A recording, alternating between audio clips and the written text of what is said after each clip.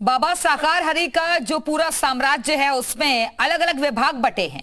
हर किसी की अपनी अपनी जिम्मेदारी है और किसी के पास सुरक्षा का जिम्मा तो किसी के पास सत्संग समागम में इंतजाम का जिम्मा। लेकिन अब बाबा साकार हरि को लेकर एक और नया खुलासा हुआ है, जिसमें बाबा के सत्संग समागम में नृत्य और गीत को लेकर एक टोली की जानकारी सामने आई है। जी मीडिया की टीम ने इसी टोली की एक मेंबर से बातचीत की और जिसका दावा है कि वो साकार हरि के सत्संग में भजन गाती और नृत्य करती थी और ऐसा करने से उसके सारे दुख दूर हो गए।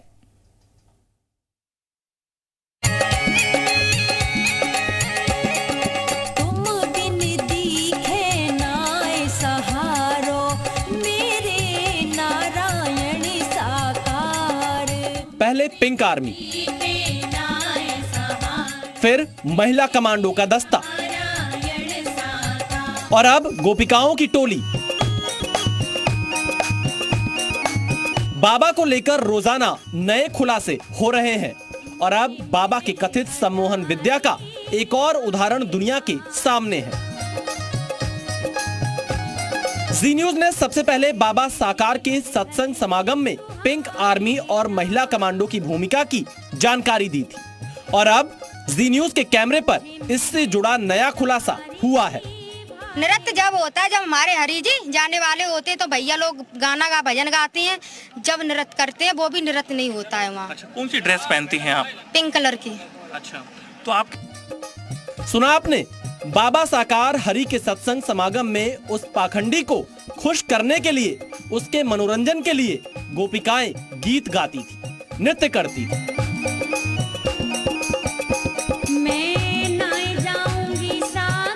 दरअसल ये बाबा के पाखंड और अंधविश्वास के मायाजाल का एक और बड़ा उदाहरण है।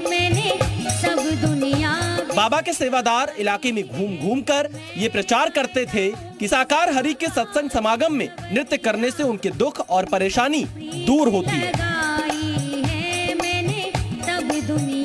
खासकर इन सेवादार के निशाने पर 20 से 30 साल की लड़कियां होती थी, जिन्हें प्रभावित करने की कोशिश लगातार की जाती थी।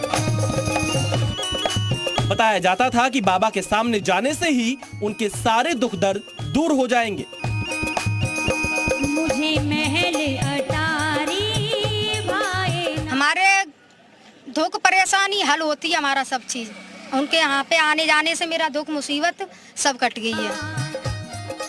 बाबा साकार हरि के सत्संग समागम में लोगों की भीड़ इकट्ठा कराने के लिए तेज संगीत के साथ साथ भजन बजाया जाता था, ताकि समागम में लोगों को जोड़कर रखा जा सके। मुझे महल अटारी भाई ना बाबा के इस झूठ और प्रपंच पर आस्था रखने वाली ऐसी एक दो नहीं बल्कि सैकड़ों लड़कियां थी, जो अलग अलग जिलों में बाबा के सत्संग कार्यक्रम में पहुंचती थी।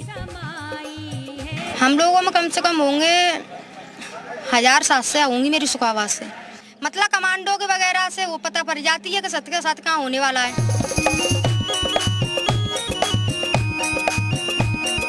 दरअसल बाबा के पंडाल में ये जो जनसैलाब है, उसके आधार पर ही बाबा अपना धंधा चलाता था और बाकी भोली भाली जनता की तरह गोपिकाएं भी उसका हिस्सा बन रही थी। जड़े हमें आ रहे नारायण हरि के, अब मेरी लाज रख लेना। तो देख सकते हैं ये शिवानी है जो कि मैनपुरी के बिछवा आश्रम पर पहुंची है बाबा के दर्शन करने के लिए, बाबा को नमन करने के लिए। और उन्होंने गा करके हमें बताया कि आखिरकार कैसे वो गीत गा करके अपने नारायण साकार को प्रसन्न करती हैं जब वो जाते हैं।